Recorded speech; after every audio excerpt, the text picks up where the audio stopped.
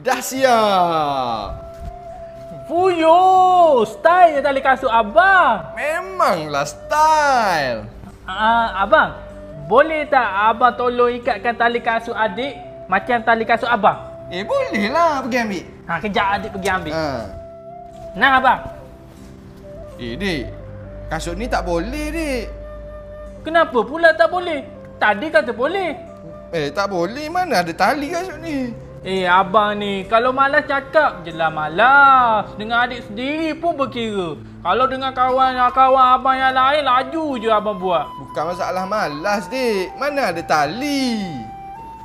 Kejap, adik pergi ambil kasut baru yang ayah beli tadi.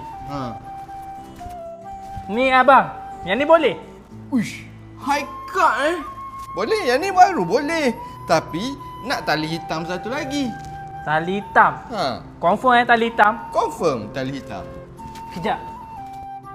Ni boleh, yang ni boleh. Kejap adik cabut Cabut satu-satu.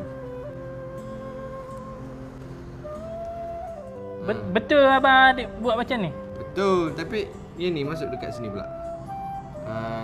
Betul. Betul? Ni, pusing pula, masuk kat bawah. Masuk kat bawah pula? Kejap. Lepas tu abang? Yang ni, masuk pusing balik. Pusing balik?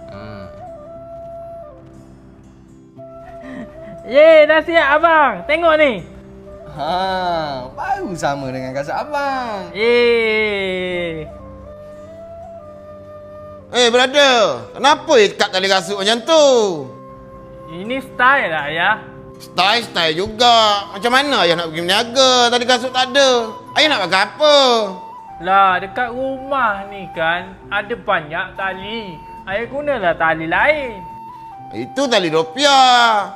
Macam mana nak ikat kasut? Baru style ayah. Confirm style? Confirm. Tak ada. Buka. Allah, ambil tali kasut abang lah. Mana boleh ni, abang belilah. Confirm ayah buka. Banyak main pula budak ni. Confirm ayah banyak main. Ngada-ngada pula. Confirm ngada-ngada. Dah, ambil lah. Terima kasih ayah. Dah tak ada confirm dah? Dah dapat dah, tak payah confirm dah.